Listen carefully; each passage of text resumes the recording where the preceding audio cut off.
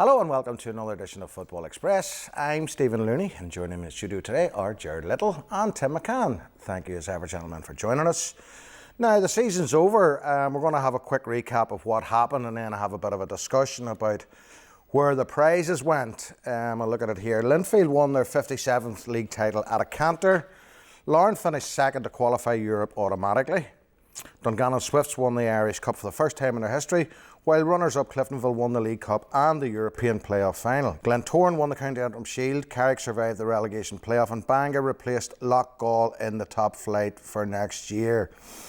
Gerard, Tim, we've got two gents who were in the cockpit this season. Strange season in many, many ways. A lot of transition last year. Do you remember turnover in staff and players? And so a topsy-turvy season.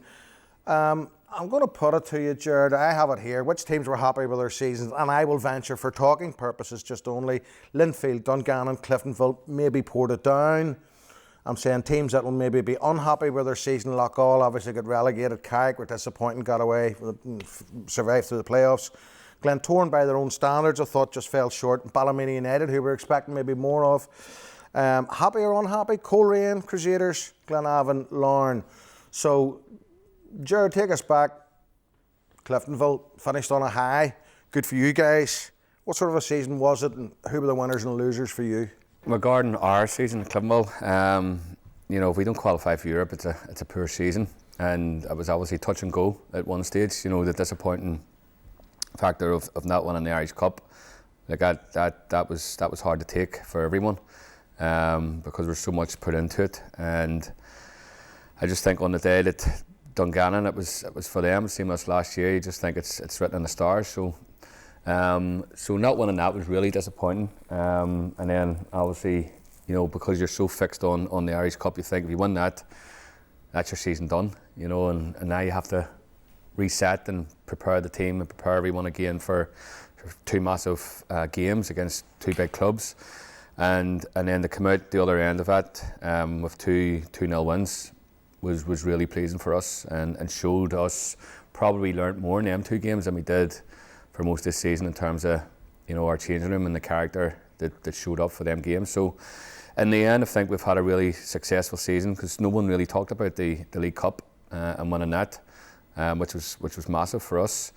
And then obviously the Irish Cup, getting the Irish Cup final. So to qualify for Europe for Cliftonville, I think is a massive achievement, and for us in the end, that's success. You look at the top down. I think we look at the full-time clubs. You have Linfield, Coleraine, Glentoran, Larne. For them, I think that's a must. And if you're not qualifying for Europe, it's a disappointing season. Obviously, Glentoran had won a trophy in the County Antrim Shield.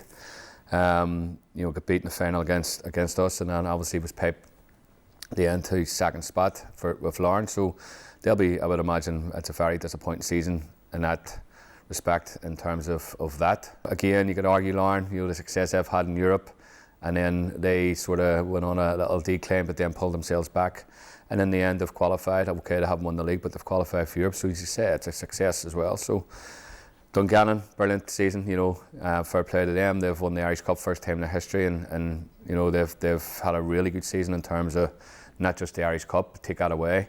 They're one of the teams, Tim and I had these conversations. They're probably one of the teams that, we've not so much feared, but, didn't really enjoy playing against because of the talent they had and the way they set up and the way they played. We struggled a couple of times against them. But outside of that, I think it was, in the end, when you look at the top seven and, you see Cliftonville down there and playing against, no disrespect to the teams Loughgall towards the end of this season, Portadown, it just shows you how strong, the league was, or you could argue, was it as strong as what it was previous years? Thanks, Gerard. We'll maybe dig into that in a wee bit. I said it was a strange season, Tim. I'm not sure the quality has been as high as it has been in previous years. We haven't seen as many goals for sure, we know that. But it was a strange year. The landscape is ever shifting in the Irish League, Tim, and that has to be factored into it. And we're going to talk later. It continues to shift and move, fine margins, Tim. If Glentoran had won a European final, great season. Do you know what I mean? Cliftonville did it, great season for them. Do you know what I mean? It's those fine margins. It certainly is, and we've obviously sat down, you know, since Cliftonville beat us, and everything wasn't down to, and fine margins is the perfect example. It wasn't down to the Larne game. It wasn't down to that. It wasn't down to the Cliftonville game. It was down to the previous 10 weeks, and it's down to the points that we dropped during the season. You know, to lose second place by 2 points, you know, the amount of games and the points that we dropped in certain areas. Listen, you know, we won the County Adams Shield final. We were in the League Cup final, narrowly beaten by Cliftonville, went the extra time. I thought it was a great game. You know, both teams had good chances. Fantastic day, 16,000 people there. Great spectacle, great to be involved in, although the result wasn't there. But great for the Glentoran faithful to get out and support their team in another cup final. Shocking result in the Irish Cup. But as I said, yeah, the league, not to get into Europe, if we finish second place, it's probably a decent season. It's a very, very good season.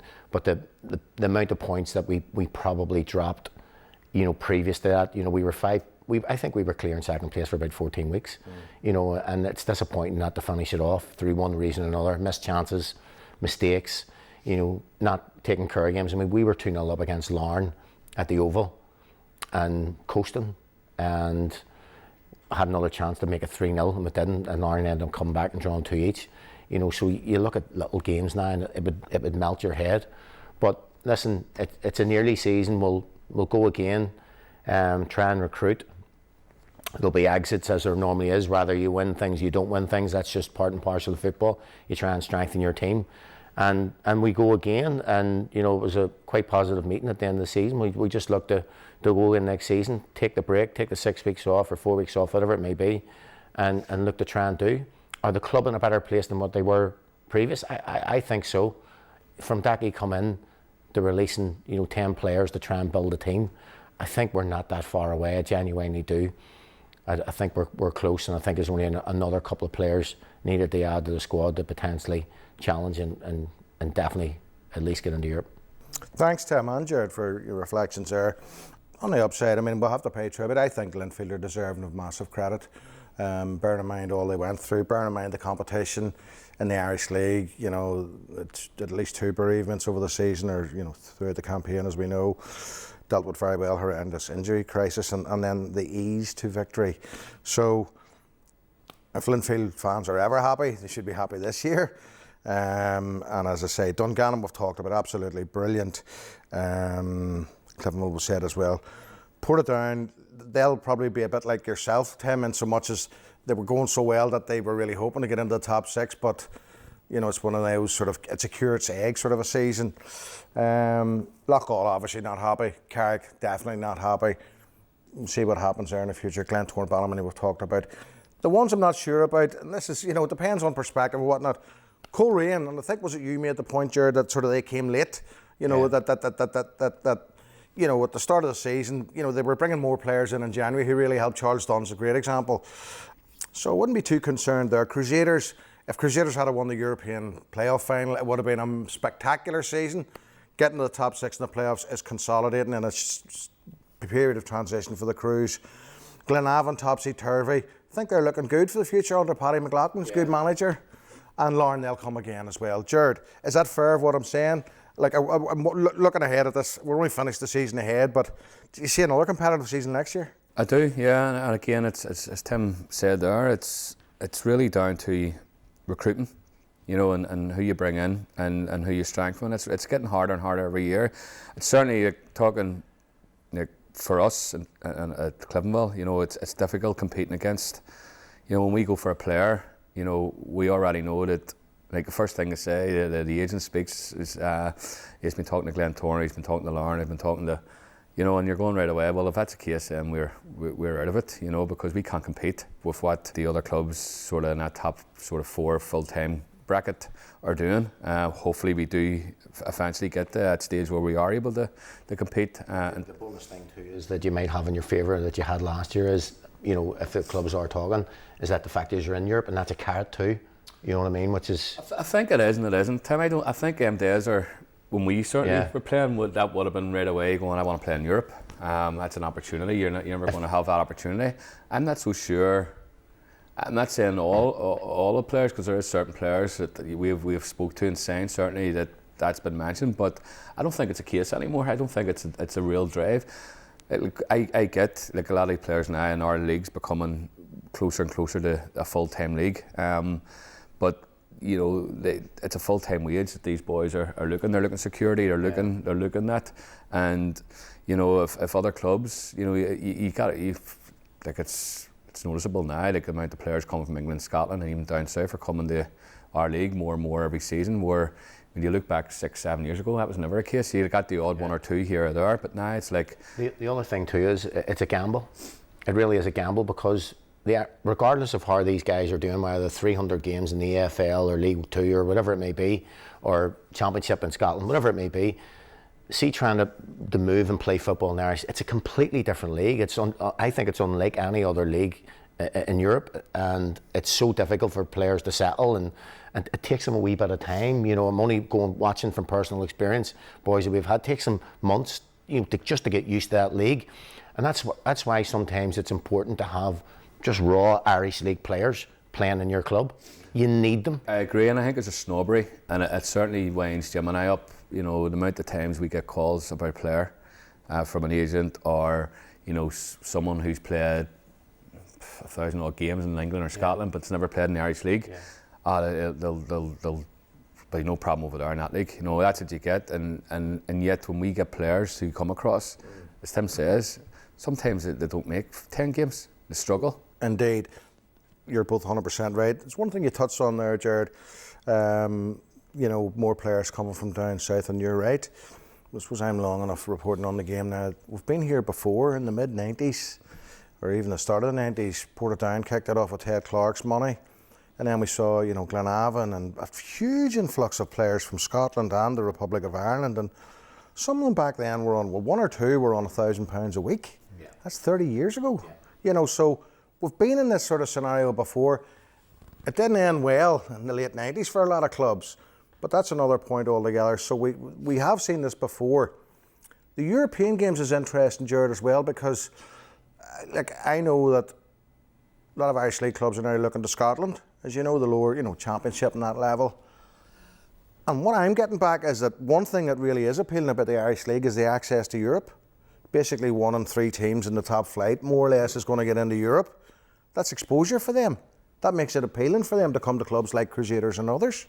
It is, and the other exposure, and we've talked about it, you know, in terms of how good our league's got in terms of exposing the Sky Sports, the BBC. There was games on all the time, so there's access all the time to our games. So the players are always in the spotlight, and then obviously you've Europe, and if you get a good run in Europe, I mean, you look at Larne this year, you know, the exposure they got, albeit, you know, it didn't go well in terms of results, but the exposure they got was frightening, and you know, you're kind of hoping that's going to get better every year for our teams, you know, that they're able to go in and compete and get to them levels, you know, and that'll be down to, obviously, as we just spoke about, the recruiting, you know, but coming with recruitment, that side of it, you know, if you're looking at the best players, the demands are frightening, you know, and that's, again, I think we have to be careful as a league and as clubs in terms of managing it, and not being silly, you know, because we've seen it down south, for example, amount of,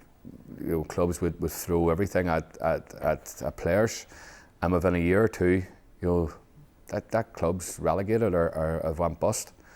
And that's how it could go, you know. So it's getting that fine balance, and that doesn't stop clubs from doing it. Well, you know, it's the nature of football that you'll always get, you know, club owners or board directors, and they're passionate about the club. They love the club, so it's like, you know, we'll maybe risk a few quid. You know, I get that, and I mean, Cliftonville are in the throes of talking about a takeover. It's a bit of a different model. There's lots of different models, Tim. Do you know what I mean? But it's difficult too, Stevie, if you're not over watching a particular player from Scotland or England or whatever it may be. Yes. So you're watching clips of a player and going, Jesus, he looks brilliant. But you can watch clips. I could put clips together for any player, you know, and make the player look good. So you're going on Y-Scout and different things, and you're trying to look out at a specific player. And unless you actually see them with your own eyes, it's difficult to try. And so a lot of the times it is a gamble, and you're going on recommendations from people you know, and it's a gamble. And sometimes they work, sometimes they don't. Sorry, Tim, that was a fair point you were making before, and I agree. every signing is a gamble. Every signing is a gamble no matter what. But, I do take on board your point entirely. Some players, no matter what their calibre, and going back again to the 90s, we've seen players of, high calibre join Linfield, Fitzroy Simpson and didn't do it, couldn't take it, couldn't acclimatise.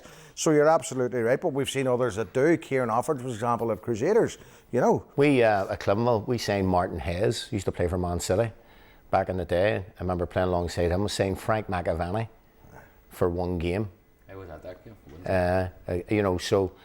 And there were, I think there was another couple of players like that, and that was kind of the thing back then. It was good. It was good experience. It was good exposure for the Irish League. But I think it's probably died down a little bit now. Aye, well, I think wasn't Frank drafted in. I mean, that was to boost the gates, wasn't it? Really? Final game or something. We played Ballymena at Windsor Park. It was a semi-final of I don't know, it was the League Cup or something like that. But we beat Ballymena, I think 2-0 or 3-0. Tim McCann, Tommy Brasden scored. I think it was. It was unbelievable. Was he any good? He was decent. Actually, had a good game. It was only I made him look good, mate. Clipped a couple of balls. No, mate, no. Did you get took off somehow? No, mate, no. It didn't actually. Do you know where it was the next night? We played that game. I used to play football with my mates every Wednesday night down the Valley Arts Centre. I was down the next night after playing. I was playing that game. I was similar. We were playing the next night down there. Very good. Matt. Okay, what I'm going to do now for discussion point, just again, and then we're going to look ahead to dig into the teams, the clubs later on, but some of the awards are always good for debate and people to carp about, Gerard, you know what I mean? Yeah, awards, I don't know, we've never had in that sort of circle of winning any awards. So yeah. Okay, so this is going by the Northern Ireland Football Writers Awards. The Player of the Year was Joel Cooper of Linfield. Manager of the Year was Rodney McAree of Dungannon Swifts. The Young Player of the Year was Matty Orr of Linfield. The Team of the Year, again as voted for by the football writers, Dylan Jolley of Glentoran, Matthew Orr of Linfield, Cody Lance Foster of Glentoran, Ewan East of Linfield and Adam Glennie of Dungannon Swifts. In the middle of the park, Gael Bigirimana from the Swifts, Fuad Sule, Glentoran, Rory Hale, Cliftonville and Joel Cooper, Linfield. Joe Gormley up front with Matthew Fitzpatrick, Cliftonville and Linfield. So, a bit of Cliftonville representation there, Gerard. What do you think of the awards? All fair? It was Stevie Wonder on the panel, or was it Stevie Looney, or no? All jokes aside, yes, obviously. I do think our managers should have been probably potentially up there. You think he should have won the Manager of the Year award? Nah, yeah. Do you? Yeah, I do, yeah. Right, okay. Right, yeah. Just my opinion. I'm a title. Of course, that's what we're here for. Is he not on our contract, is he? It's that time of the year. I have one just. Go on. And I thought that he could have got into the team. It's a Glentoran player, obviously. I thought it was Danny Amos. Danny Amos had 17 assists or 14 assists and 4 goals from left back, which I thought is a good return. I think you don't see wingers getting that amount of goals. In fact, Glenn, I know Glenn had a good season. He's a good player, but I'm just thinking that he's got 14 assists and he's got 4 goals, and I'm just thinking, it's a hell of a return from someone playing left back. Fair comment. I mean, listen, there were a couple of changes in my team. Dylan Jolley, I don't think you can argue about. Yeah. Matthew Orr, no. Cody Lance Foster, I actually had Dean Curry in there, middle of the park, of Dungannon Swifts. He probably didn't play enough games. Fair comment, but he was probably more influential. No, he probably did. Cody probably started the season off. I was just speaking about coming, into a new league. First couple of months took him away to find his feet, but my goodness, the last half of the season or 3/4 of the season, he's absolutely fantastic for us. Jack Keeney was outstanding. Absolutely, but you have to bear in mind, gentlemen, that we're looking at all the clubs in the top flight, not just Clifton. No, I'm looking at all the other centre halves. Yes, I know. Two out of them all would probably be for me, be right. Ewan East, in fairness, now I thought he played more at left back. He did, yeah. Gael Bigirimana, no problem. Fuad Suli, no issues. Rory Hale, no issues really at all. Joe Gormley of Cliftonville up front and Matthew Fitzpatrick. I actually had Matthew Shevlin, instead of Matthew Fitzpatrick. But again, it's for talking, it's for debate. It's probably close enough to, when you look over the season, it's probably, you probably couldn't have too many arguments with that, to be honest. People are centre forwards, 2 centre forwards, was top goal scorers, weren't they? Shavlin and Joe on 21, were they? What was Fitzpatrick? 24, I think 24. Chevy had in the end. I think he won it by 1. No, they were level. Him and Joe were level. Right. Because we took Joe off at Lochaw. Oh, right. Early, and if he had stayed on and scored another goal, He would have won it. he would have won it. I'm sure he was happy, was he? I was all right. Okay, thanks, Gerard. Tim, a general reflection, if you don't mind. I said at the start of the season, but it's a long season. I can remember reporting last year the transition at the different clubs, the turnover of players was massive. Glentoran, Ballymena, Crusaders, Coleraine, huge turnover, even Linfield. Cliftonville, goodness gracious, the exodus last year. So it was up and down. Carrick started poorly, we expected them to do well, and then fell away. But the season that we've just had, did you enjoy it? And how does it compare to other seasons, if you don't mind me asking? Definitely enjoyed it. I think there's highs and there's lows, and I think the seasons now are getting longer for staff and for players. You're coming back in the middle of June. You're only finishing your season in May. We certainly were anyway, and Gerard and Cliftonville are finishing in May. So you're not really getting long off. You're maybe talking 4 weeks, and it's just constant for players. So, and it's not so much a physical side, it's the mental side too, because when you are full time, you're coming in every day, and it's just sometimes it's a bit monotonous. So you definitely need your break. But yeah, I absolutely enjoyed it compared to other seasons. I think there was a lot more to shout about this season, especially for Glentoran. With obviously went on an 18-game unbeaten run, and within that was the County Antrim Shield, and obviously getting into the final and different things. Obviously, there's lows that go with that as well. Obviously, everybody talks about us beating Linfield so many times in the season, which has probably never really happened in a Glentoran team.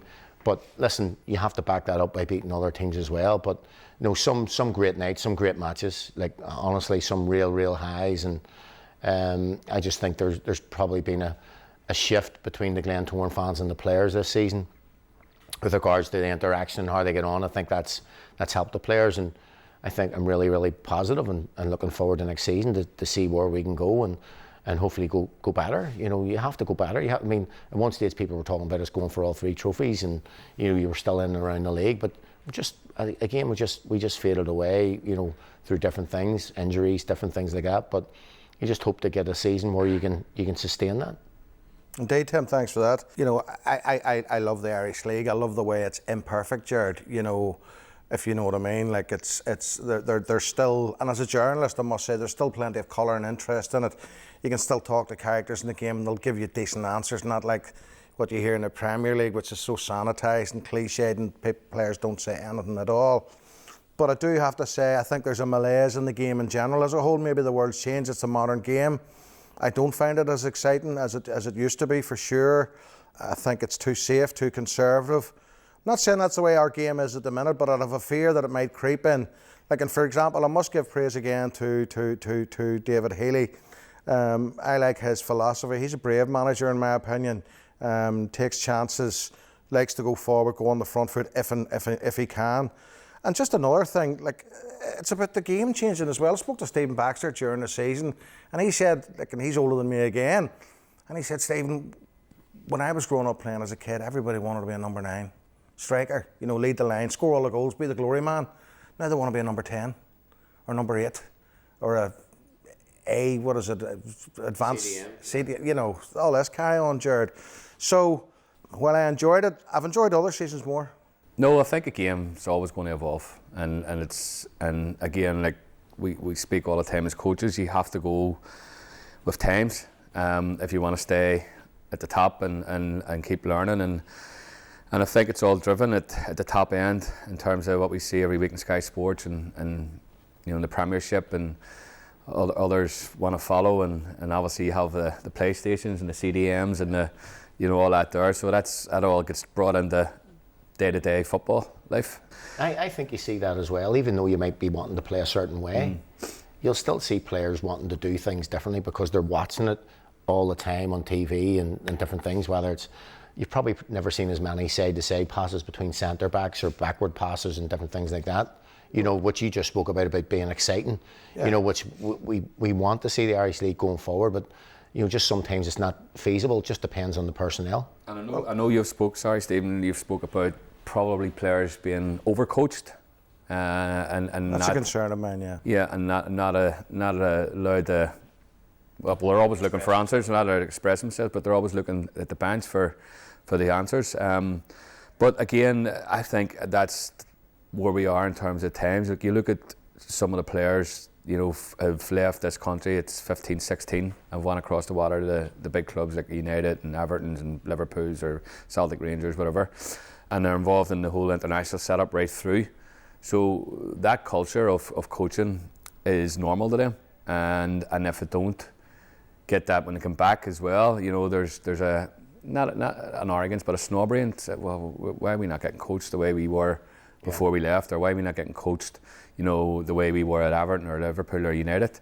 Now, it's not all that personally, me as a coach, that's how I am. I want to coach. I want to make sure in terms of preparation that there's everything covered. So getting into every game, no one personally can come back at me as a coach or a manager or staff and say, well, we didn't cover that, or we didn't do that, or if that was left out, why is that left out? Because again, Tim will tell you, players are quick to point the finger and at not themselves, at others if things go wrong. It's accountability.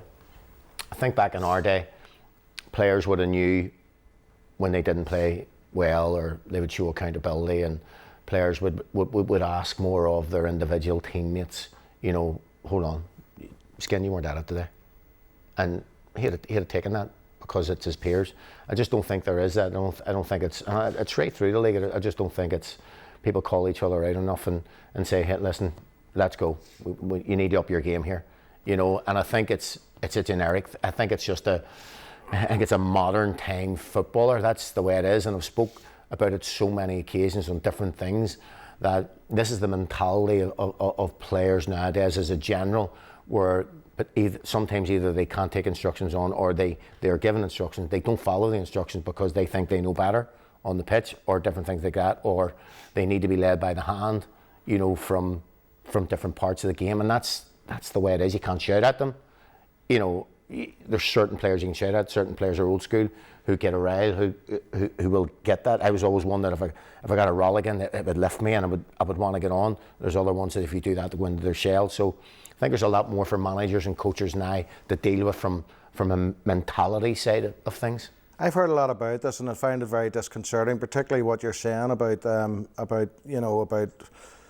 the suggestion that maybe there's an over-reliance on coaches to tell the players now what to do, that they don't use their own initiative, and that's where there's feelings and leadership are. And I'm calling the emperor's new clothes on the modern style of football that we see in the Premier League at the minute, playing out from the back. I've always said I think you can do it if you have the very best players in that division, i.e. Man City, Liverpool, as have been in recent years. But the amount of teams that are trying to copycat this and are making mistakes at the back, like really basic defensive errors, really, really basic, because they're worried about, they have to hold possession, you can't take risks, you can't take a long range shot in case you lose possession. I know it's the way of the modern players and the modern coaches. I want to see more of managers rather than coaches. Do you know what I mean? I'm going to see more emphasis on motivation and getting inside their heads and giving them the initiative and seeing a warrior spirit come out, and not them sitting and looking back and saying, right, tell me where I have to be at every single minute of the game or else I'm lost. Yeah, that's what we spoke about. It's nearly a an art now in terms of leadership in the game, and you're looking, and like when you're signing a player, you're looking at qualities. Obviously, their quality in terms of technically, are they good enough and all that, but you're also looking at personalities now as well. Can they cope with, Are they a leader? Well, are they a leader? Yeah, but can they cope with, losing a game? Can they cope with a manager on their back? Can they cope with the fans? Or how they react to being successful? Do they get carried away? So there's so many things to look at in a player. But I agree. But at the same time, I feel as a manager, as a coach, you have to have an identity in your team, first of all, and by that you have to coach them, whether that's building from the back, whether that's pressing from the front, whether that's playing through the thirds, whether that's long ball or not. Like Stephen Baxter, Stephen Baxter used to get hammered for years at Crusaders because of style of play. He scored 100 goals. Yeah. one 100%. season. I That's think I insane. never got it because their style of play worked for them. Yeah. They won leagues with that, and that's a game plan. That's how they played. That was the players that he's saying to fit into his way of trying to win a game. Yeah, but in latterly now there's a football snobbery you were talking about earlier on, Timmy, isn't there? Yeah, but sometimes now if you see somebody plays a long ball, they go with their long ball team. They're not. I see Johnny Otta spreading 50, 60-yard balls with his left foot and playing Joe Gormley in on goal. Correct. That's not a long ball. That's a pass. That's a forward pass. You know, so when anybody does it now, and fans see it and they go, all we do is knock a ball forward. But you're not. You're trying to. If a team's playing a high line, what are you going to do? Play 50 passes in midfield? I couldn't agree with We you played Glentoran last year. Sorry, Stephen. Last year, at the start of the season, it might have been. You beat us at the Oval, and Jordan Jenkins one. yeah, I think it was first 10 minutes. It was like the onslaught. We were going off. They just hammered everything forward. Top of the back three, back five, top of the keeper, in behind, and we just couldn't get a breath. And they just wouldn't let us out of the half. And once the game settled and it backed off, we were able to, get a wee bit. But at that first 15, 20 minutes, it was just down your throat. And our boys struggled massively with it. See, that's what I have to say. Like in the modern game again, I'm not sure, even at the top level in the Premier League, anyway, Well, let's give you an example. Let's look at PSG, right? Who are meant to be the stars of football, whatever. Their pressing game, Inter Milan's pressing game, Real Madrid's pressing game, and Arsenal, Liverpool, they couldn't deal with it. And these are top teams. Yeah. When Liverpool went and played over at PSG absolutely battered them. Yeah. And I'm a Liverpool fan, absolutely battered them. They just pressed and hounded up, and they couldn't deal with it. You know what I mean? I do think it's an English thing at the minute in the Premier League. I have preferred the European matches this season much more than the Premier League. I'll be honest with you, I don't watch an awful lot of the Premier League, not this season anyway. Yeah. But anyway, let's get local again. And we've had the therapy session about the ills in our game. Looking ahead, I mean, listen, we've got to talk the game up as well. Like, it's vibrant times. There's a lot more money in it for players, don't we all? Well, don't you guys wish you were players again, eh? But like, who we're looking at for next season now? Who we're looking at for maybe the top echelons next year? Linfield for sure. Like, you'd expect Larne and Glentoran, the full-time teams, and Coleraine. Like, they're an unknown quantity. Well, it's going to be interesting to see what Coleraine do. They're going to have the likes of Joe Cooper. They've obviously got a lot of money, probably very similar money to what Kenny Bruce had at the start in signing players. You'll probably see over the next 2 to 3 weeks certain Korean players going, a lot more new ones coming in, big names. And again, that's great. It's just to see how they're able to gel.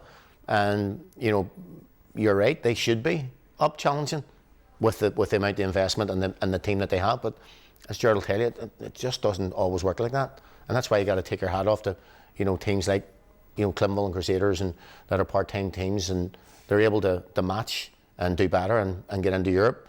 2 years in a row they're in Europe, 2 trophies, so doing better than a lot of the full-time teams. Thanks, Tim. We're coming to the end of the show, and thanks for your discussion as always, guys. Gerard, give us an insight into the pressures now. I mean, we've just finished at the weekend, last weekend, May the 11th, sorry, was the game. Like, give us an example how tough it is, a quick turnaround for Cliftonville. When do you guys expect it in, and when? Like, how much time do you get off, Gerard? Like Tim spoke, the players will get a month off if it. We're back on the 16th of June. We're just doing our schedule there today, funny enough, this morning. And players will report back on the 16th. But in terms of a break, do you get a break? Jim and I we're on, obviously, organising pre-season, the schedule for the actual training, matches, recruiting players, talking to players, looking at different things that we could maybe improve on next year. We'll go through the whole season in terms of what we done well, what we didn't do so well, and what we can do better. So it's non-stop, certainly for staff, and in terms of players, they will get a break and they'll need it, but staff need it too. I'll have a holiday end of May, and I'll be just back from a holiday and I'll be straight into pre-season. So, you kind of think, and then you're kind of jealous of ones who are, friends, who are not involved in the game, are away in sort of mid-July, and you've already had your holiday. So that's the pros and cons of obviously being involved in football. But it's been our life all throughout. So it's sort of no change in our wives and kids are used to it. So, but in terms of that, I don't think there is really a break even on holiday, Stephen. You're taking calls, you're on the phone, you're doing stuff. So, but again, it's something that we've worked really hard to get to in terms of Europe as a club, and obviously it's something that we're really proud of. I think you miss it after a week too. Once you get a week, or you get, as you say, you're constantly on the phone. We've been finished now for nearly 10 days, and I've probably been on the phone or met Decky or Paddy, or you're just constantly doing stuff. So it just never ends, and we're not in Europe. We're just trying to plan for next year, and we're probably back 3 days after Cliftonville. You also have had vast experience of European football at every angle. In the modern game in recent years, if you'll indulge me, we know the glamour and the prestige of playing in Europe, and also for the clubs, the lucrative prize money. But let me ask this, Tim, in your experience competing in Europe in recent years now, is it a help or a hindrance to your domestic campaign? I think it's probably a hindrance. It can work in two ways. It really can, depending on how soon you come back. But I think, as Gerard will probably tell you, with only having 4 weeks off, you don't lose your fitness in that space of time. So you can maybe start to work on a little bit of fitness, but more technical stuff to get yourself prepared for Europe. That's where the money is. Would you rather get through 2 rounds of Europe and not win the league and have a poor domestic season? I think the chairman and owners of the club would certainly say yes. Obviously, you need to get into Europe again, but I think they would bite your arm off. They're not necessarily saying you need to go and win the league. I think it does have a bit of an effect, but for me, it was always a plus, because you're playing in Europe, you're playing, top sides, you're going away. I think it's a team bond. I think I'm very, very big in the camaraderie and team bond, and I think trips away in Europe bring players closer together. So, I think for certain clubs it could be a positive. I think for us, Stephen, certainly, I know there is teams now like Larne and Linfield, not sure if Glentoran, they would have like a more warm weather camp in pre-season where you go away, whether it's Spain or somewhere nice, for 4 or 5 days, and you're just focusing on preparing, for the season ahead and getting your work done. We've never really had that. Our warm weather training would have been Europe, so we'll kind of use a European trip for that in terms of team bonding, 2 tough games that you would probably not get in normal circumstances in pre-season, and obviously we'll use that as best we can in terms of our preparation for the season ahead. I think teams now are better equipped to get a result in the first round. I think they're better equipped, and I think the fact that they're only having a short break and you're not having to do 8 weeks of pre-season leading up to it, you're virtually in the middle of your season. You're just finished your season, so it should help teams play against teams that potentially are only 4 or 5 weeks into their season as well. I agree with you 100%, Tim, and if you indulge me, and I'm showing my age here, but I can go back to times when there wasn't a huge amount of money in Europe. It was a glorified jolly, by and large, you know what I mean? And it was more part-time back then, and like players couldn't get away, players were away on holidays when they should have been playing in Europe, and maybe managers sometimes as well.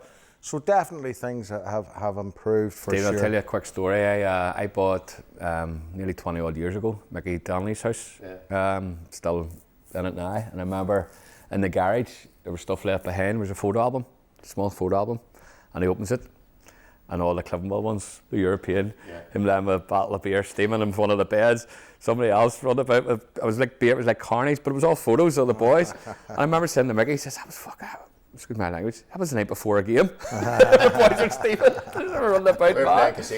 I remember that one. But yeah, that happened now, I'd be mayhem. I'm not saying it doesn't happen, but I mean, certainly if that was one of our players and they were seen or out drinking the night before a game, they'd be sacked. Correct. Correct, absolutely. Anyway, all our yesteryears, and that's it for the season. The highs and lows, it has been a roller coaster. It's been emotional, it's been fun. Thank you guys once again for helping us on Football Express. That's it wrapped up for now. We look forward to seeing you again. So thanks, Gerard. Thank you, Tim, as ever. Thank you for joining us as well. That's it for now. We'll see you the next time on Football Express.